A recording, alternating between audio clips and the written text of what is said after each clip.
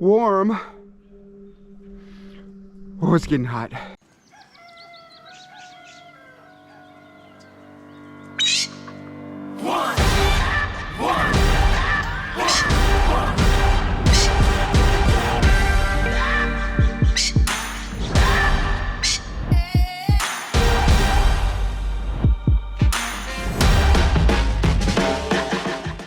So yeah, that's right, folks. The heat is on. It's summertime.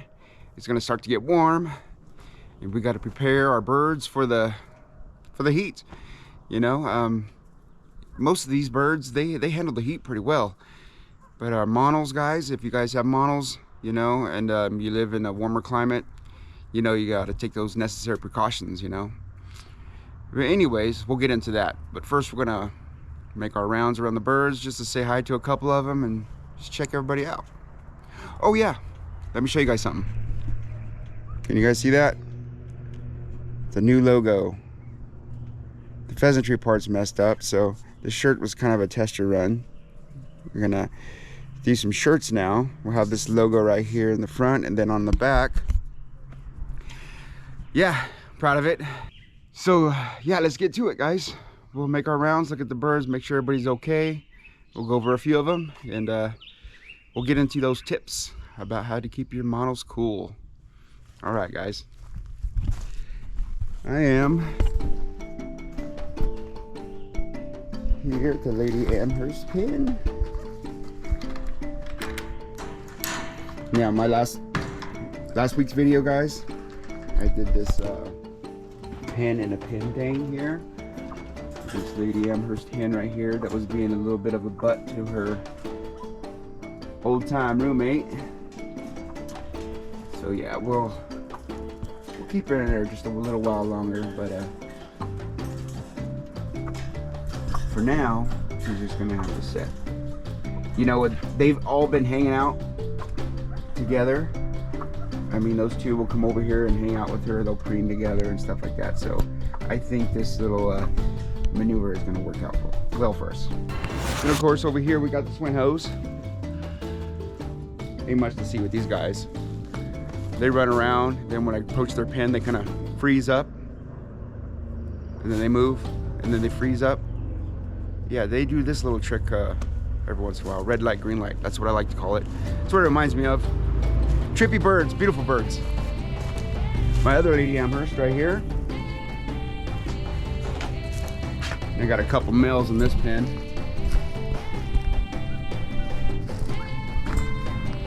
In this pen,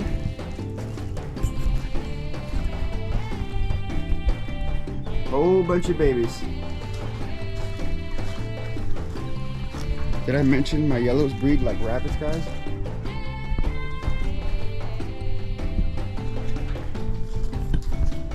We must go in there. We must go in there and pay him a visit. Come on, guys, let's go do it.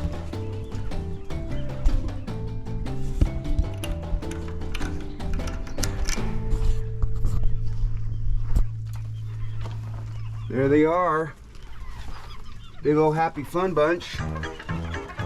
As you guys can see, there are mostly yellows in here. A few reds, a couple swinhoes.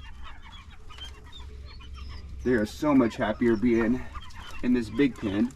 Some of them are a week and a half in here, and then some others I added like last week.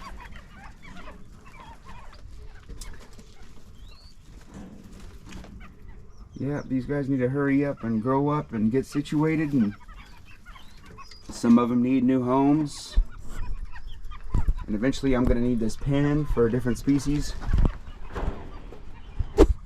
So yeah, guys, even though the chick fix videos are no more for the year, I'm still gonna update you on the growth of our chicks here, of course. They just won't be chicks for very long because they grow like weeds, you know, and maybe I can do a juvenile fix. No, that doesn't have a good ring to it. Anyways, moving on.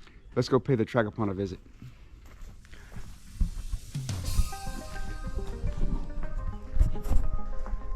Mr. Tragopan, how we doing there, big buddy? Mind if we come in there and say hi to you? I ain't got no spinach. Yeah, let's go in there. Pay him a visit. And his little sweet girlfriend. How you doing there, Missy May? Missy May. We just come up with all these names now, guys, for my birds. I never named birds before. Now I'm like, everybody has their own name and social security number and all that. Ain't that right, buddy? So he's doing well. This guy really likes his spinach, which I don't have right now. I'll come back later and get you some spinach, okay? We're just making the rounds and saying hi to everybody. Good morning, and making sure everybody has fresh water and food.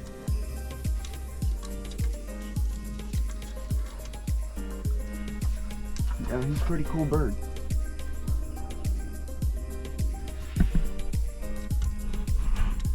Oh yeah, extreme close up. Get close up, buddy. Okay, moving on. I just like to say, guys, those Tragopans, they're really coming around, especially the male. You know, he's becoming pretty personable with me. And yeah, I think I'll name him Mr. Tragopan. I think that's a good name for him. Why not, right? Anyways, that's his name, Mr. Tragopan. Now we're gonna move on to the yellows. I must warn you guys, these yellows, they look pretty disastrous right now. Okay, kind of scary. They're molting pretty hard. No tails, bald spots, just overall scariness. So here we have Popeye, guys. He's looking so awful, you wouldn't even recognize him unless I told you his name. You probably still can't recognize him. But yeah, he's looking pretty rough. Looking so rough that he's even walking rough. He is not proud of the way he looks, I tell you that. And what's a trip is the hens molt later.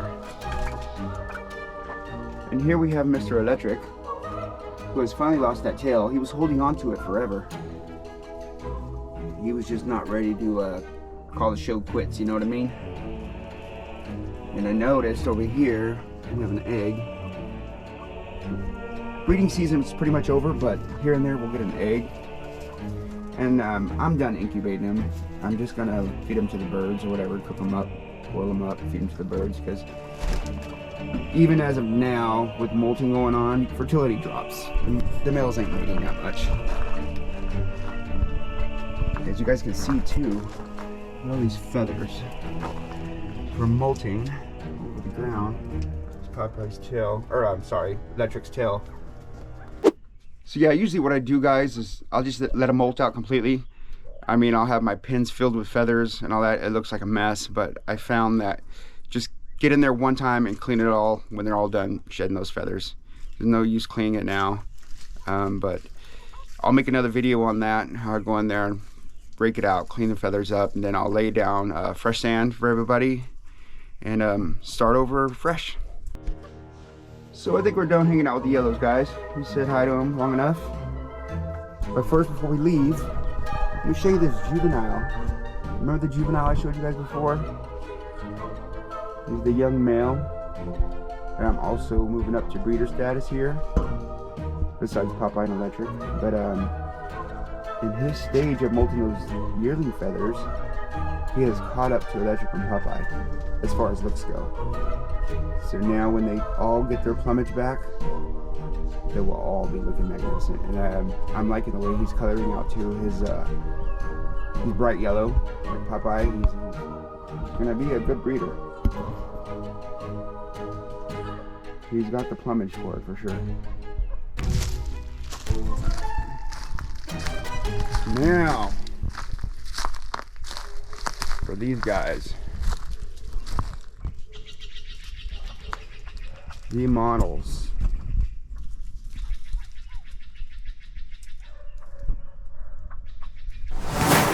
So with these Monals, guys, they are a high altitude species, which means they handle the cold climates better. And so they can handle cold really well. You know, it snows a lot up there in the Himalayan mountains. That's where they're native to. So yeah, you guys, they will get hot easy. They cannot handle the high temperatures. Like you folks down there in the south, they that humidity is a little much for them, you know, the heat. But it can happen. People do raise them down there. You just got to take the necessary precautions to keep them cool. I'm over here in California, guys, and I live at an elevation about 2,700, and so it's not too high. We still get the heat. We get a little bit of snow, but they handle this area pretty well. And I'm going to show you why they handle my property well. For starters, folks, trees. And trees give shade. And we got a lot of trees around here. Check this out.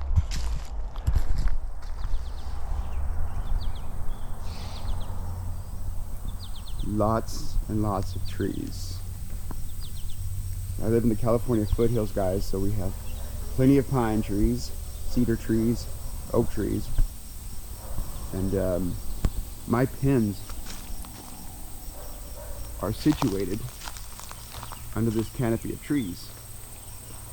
And look how tall these guys are too. I mean, yeah, plenty of shade around here. So here's my impians, guys. Here's Albert. Next door we have the adult Monal there.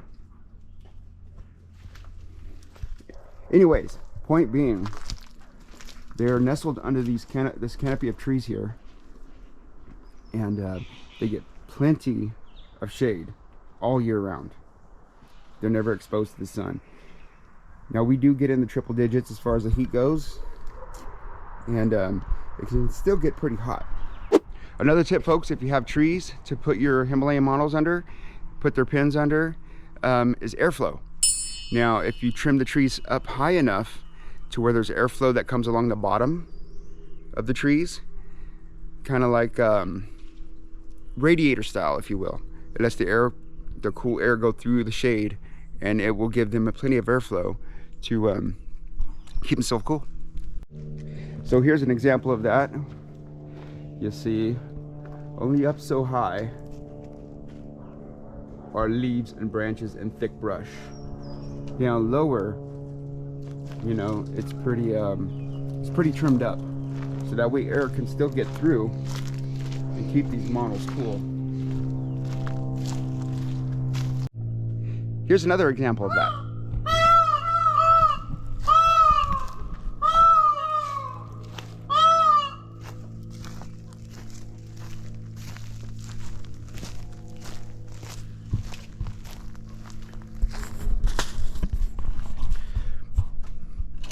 Little peacock show for you guys. Anyways, out in here too, kind of a little forestry area back up in here, but as you can tell, the trees are trimmed up so high that air can come through here. Now this is shady like all the time, but when air comes through here, it will be cool air. Another great tip, folks, is ivy. See this right here? If you don't have a lot of trees and you want something that grows fast, plant some ivy and have it grow like a vine around their pens. It'll keep them pretty shaded. You see all this ivy, guys, that I have planted around here? This stuff is really taken off. And yeah, so if you guys don't have a lot of trees, you know, you can plant some of this stuff, have it grow like a vine around your aviaries. It'll help keep them cool. Plenty of airflow though, remember that, you want that airflow. Now lattice is pretty good for that too, because lattice can provide shade, but see, the air can still get through. The airflow, it's a big one.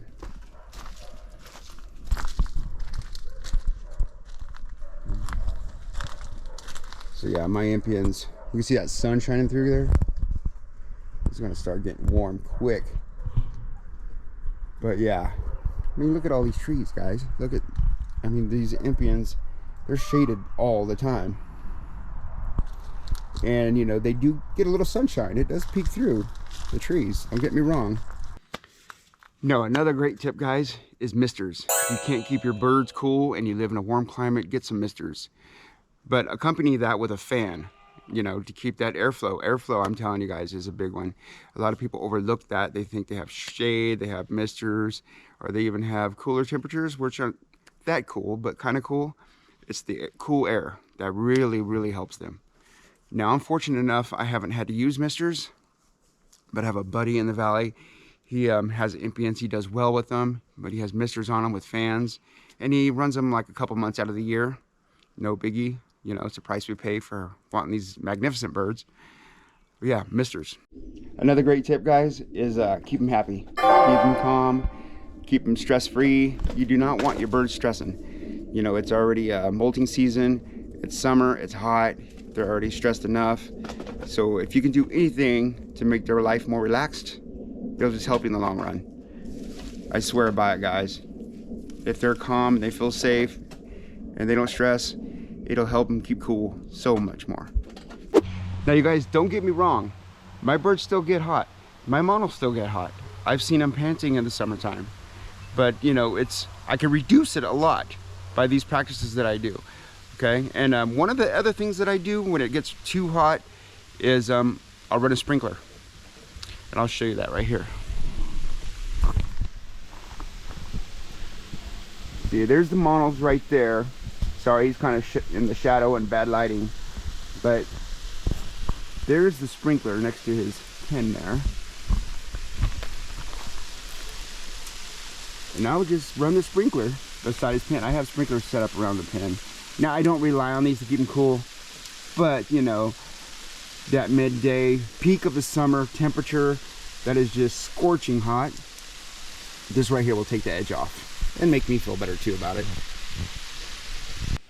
Now, guys, for my final tip of this video, if it gets too bad, and hopefully you don't have to depend on this, but if it gets too bad in an emergency condition where your Monals are just looking really rough, you can do this. It's not gonna hurt.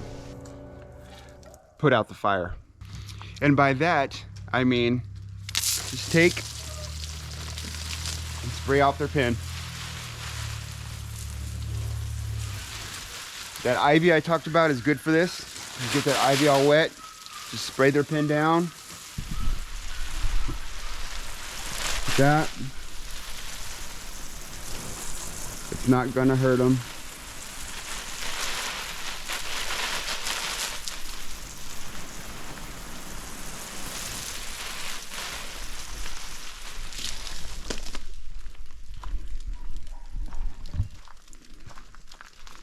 But just doing that right there, guys, will give them some relief.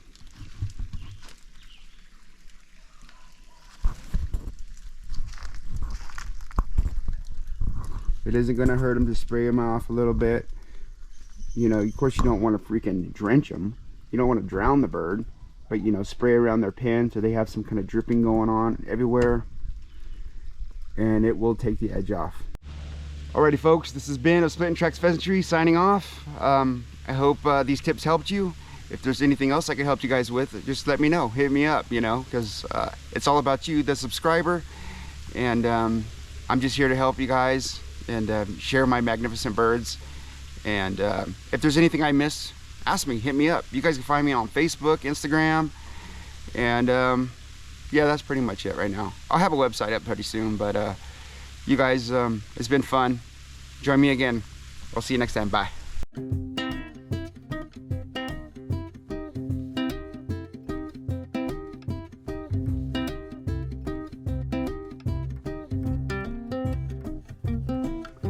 I know a pheasant who likes to play in the sprinkler on a hot summer day, and his name is Albert. He just loves to play in the sprinkler all day because he likes to keep cool, because he's a cool bird. Martha thinks that he's cool also. Isn't that right, Albert? That's your song, buddy. That's all I got. next time, buddy.